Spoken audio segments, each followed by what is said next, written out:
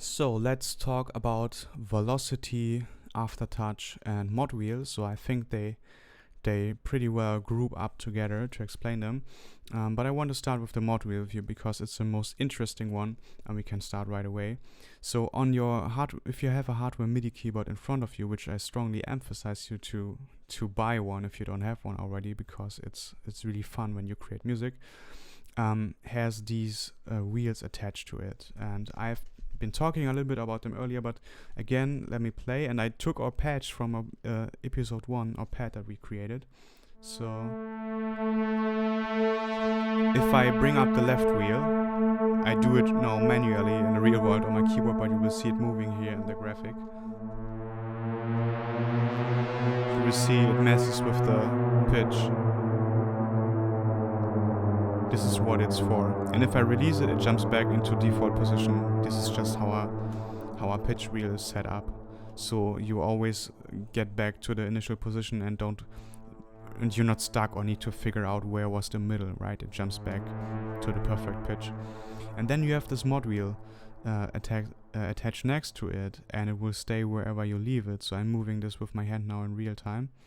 You could of course click this with your mouse here as well. If you don't have a MIDI keyboard, you can make use of it like this, but it doesn't really make sense because it's more of a live performance tool, so that you can play and move this in the same time with your left hand.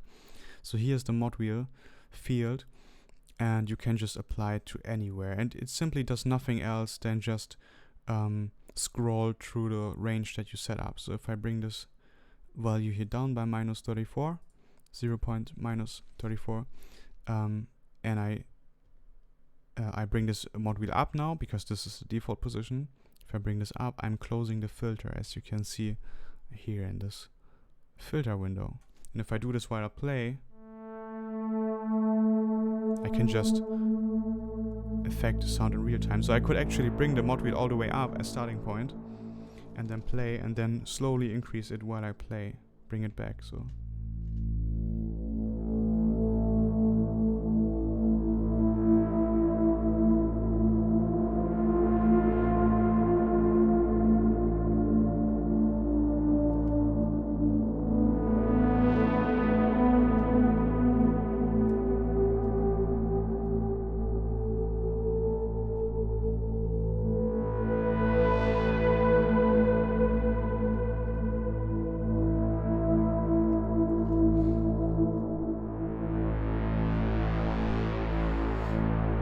So as you can see, I can use it as a creative performance tool while I play. I can all the time work with the filter while I play with my hands on my keyboard. And this is something that is cool because it gives you some real-time control over your synth. Because if you would be working on a hardware synth in the real world, of course, you would have all these knobs in front of you. Probably not as complex as the synthesizer unless you spend a few $1,000 for a modular synth.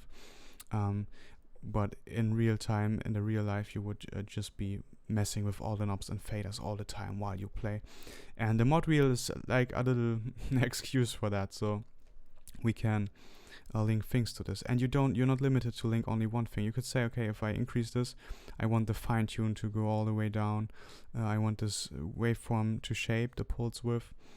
I want to add a little bit of resonance. And let's see here. I want to increase the distortion to go really full crazy now with this, and even add some modulation. Let's see.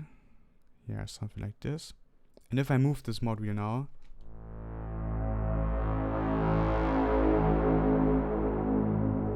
we will have a huge impact on our sound.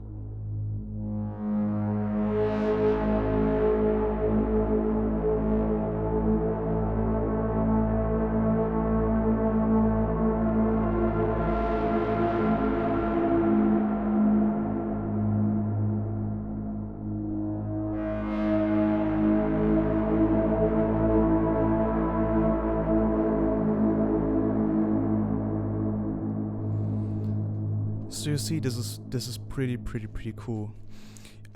And I mean, if you like this, if you say, wow, this is pretty cool, I like how this sounds, but I don't want to move it with the hand all the time. I want the synthesizer to do this for me. You could now go to the LFO and just just try to add the same values to everything, and then your LFO would be doing what I just did for you. But yeah, this is about the Modwheel. So this is like when I move it now, you can see I can even sweep through the positions. I could just leave it halfway and say this is fine, I just stay here. And LFO can't do this. LFO will always move, and the functions and the envelopes as well, but with the Modwheel I can just let it stay here in the middle and then just play the pad on these values.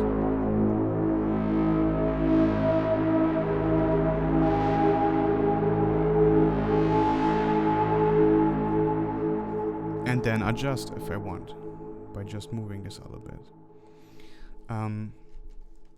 And basically the macros here are the same. I just want to show you this at this opportunity. So if you click here on M1, you can just, I don't know, do something like this, do something like this, and like this. And as soon as you move this macro knob, it will move all these knobs for you. So you can see them moving up there if I move this. So this one I can't control on my keyboard because my keyboard only has these two. But some keyboards have knobs dedicated to them, and then you can connect them and move them by hand on your keyboard. And this way you can macro up some functions on a single button to have this effect controllable the same way I do with my Modwheel here.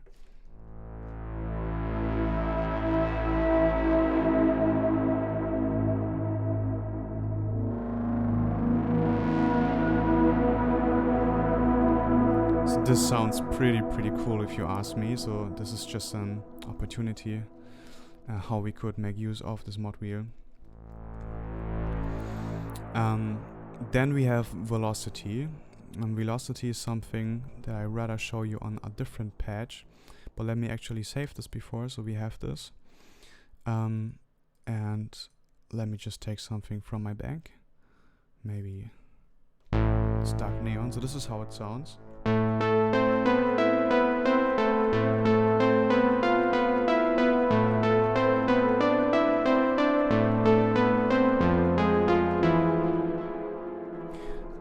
And velocity is the amount of pressure you put when you hit a key.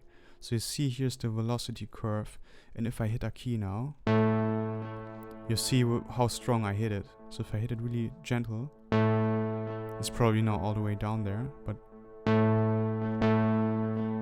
so you see the different values. And velocity by default is linked to nothing. But I could link it to the cutoff filter, and the stronger I hit, the more open the filter is. So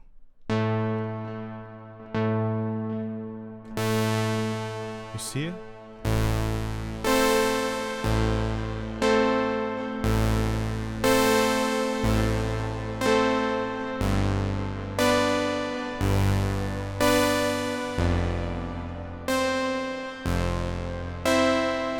It's really hard not to push the keys too strong because different keyboards are different velocity sensitive.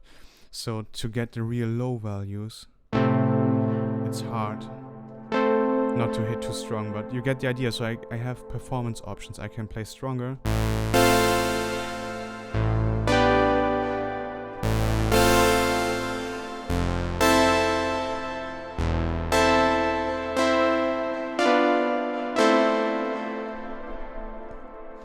Would even be better audible if I bring this cutoff even more down and then increase the range, so we have more range to play with. So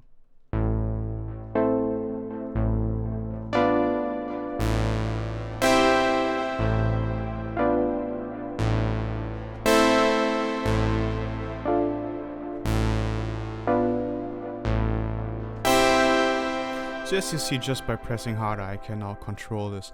Usually I don't work with this because I like to type to draw in sequences, or I play them in, but I don't want the velocity to affect the sound. But for people who play a lot of live with the keyboard, and maybe they like pianos and they want to have a similar feeling, or even if you just like live performance on your synth, then you can play with this velocity values, and they will become relevant later when we will be working with the sequencer, because here you can add changes to the steps with the velocity, but we will cover this later. Don't get confused by this just now, but just so you know, there is some other reason for it. And this curve here, this curve, let's set you up how it should respond. So this means if I bring this down, it means that the low notes that I hit, I mean everything like this is from 0 to 127. Don't ask me why this is the range, but this is the range for velocity. And let's say that this here is around 50.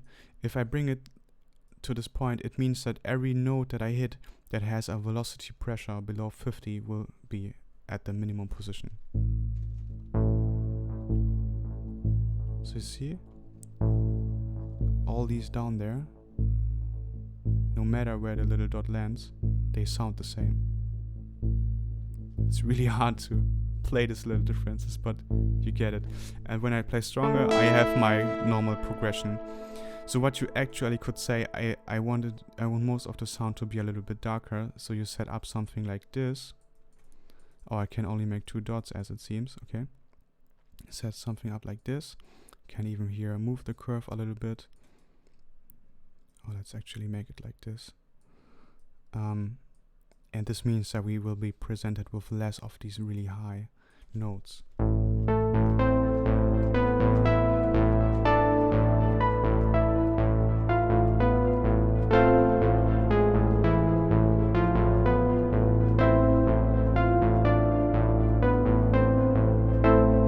Right, because I limited how loud, how strong these velocity notes should have an impact, because they're routed to the filter.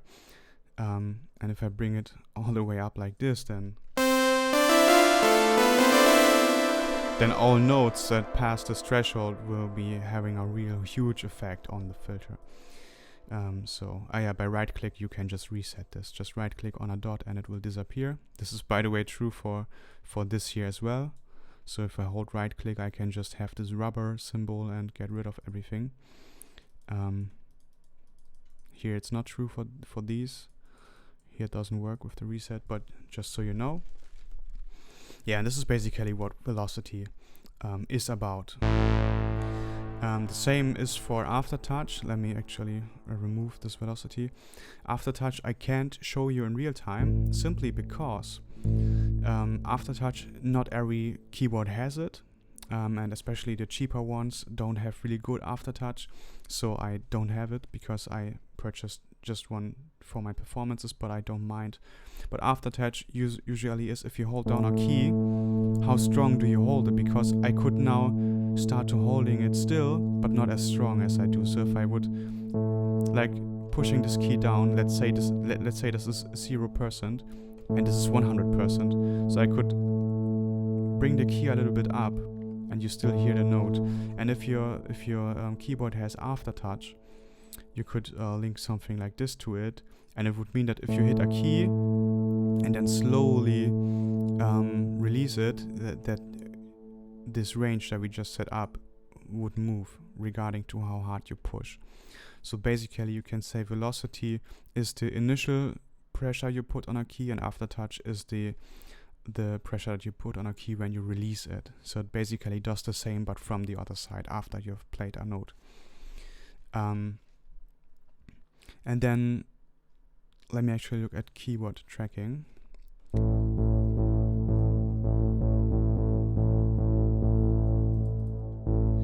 So keyboard tracking. This goes into both directions. Okay, interesting.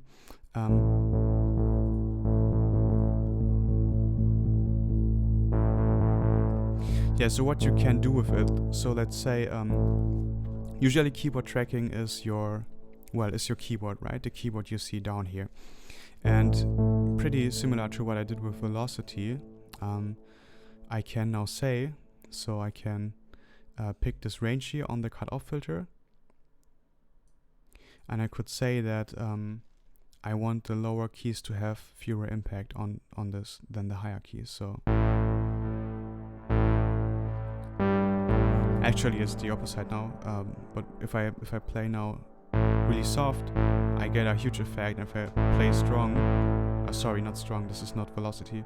Sorry, don't get confused. I actually went confused because I talked of something that I'm going to tell you. just forget what I just said. So if I play higher here, the higher I come, the more close the filter is. And the lower I play, the more open it is.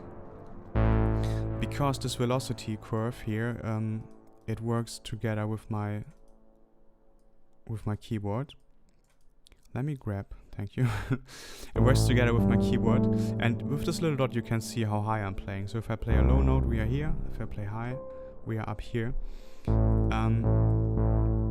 And you can change the relationship. So I could say I want the lower notes to have less impact on the filter. So I would make something like this, and then, come on.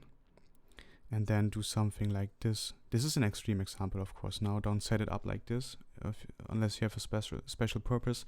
But now if I play low notes, everything in the low range. So this is about notes now. This is not about pressure, not about how strong you hit a key. This is why I just was confused, because I wanted to tell you this and I accidentally spoke out what I just talked. So what I wanted to tell you is velocity is about pushing. So but here I can push as strong as I want. It doesn't matter, because this is representing just the pitch, the note on my keyboard. So this here reacts to your range on your keyboard. And if I pass this threshold here, the filter will be more opened. And down here it doesn't. So I could have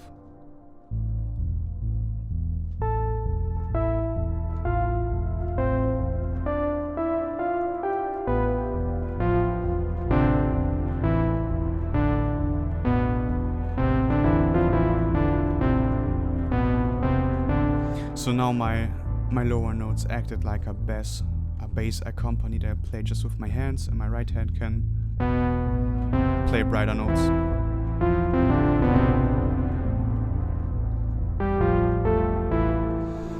But this is an extreme example, like I said. What you could do more in practice, so you could do something like this, and could say, okay,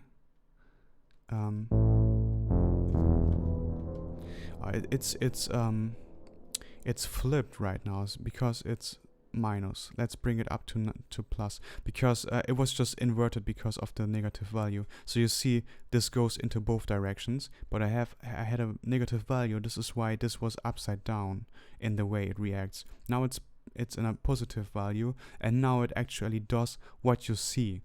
So if I play something here, down here, let me actually bring this even more low. So if I play a low note now, it will close the filter more because it's lower.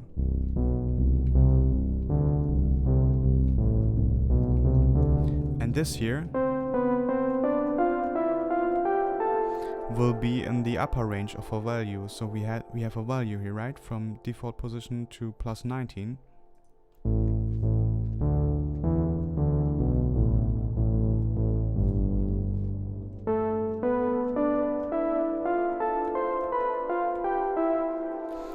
So this is basically, especially in combination with the filter, usually you have like this button here. In this case, it says it adds frequency modulation to the filter. Let me reset this one, or let me actually just reset the whole patch. So what this does for you is basically the same, but you can't fine-tune the curve. So this means that now the lower notes, you hear this, they are darker, while the higher notes sound like this, become this. So basically this here puts more emphasis on the power of your notes. So the lower notes get darker, the higher notes get brighter.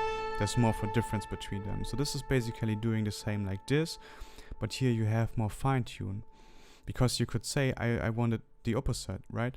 I want to have the lower notes to be a bit more stronger present, and the higher notes, they should be have a curve like this. This is now not super beautiful setup, but this way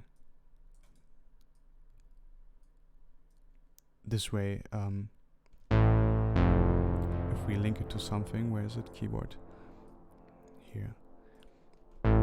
This way the lower notes will be darker now and the higher will be brighter. If you want the opposite effect, you just bring this into a negative value like we had before. Now it's flipped. The darker notes now here open the filter more and the higher notes don't.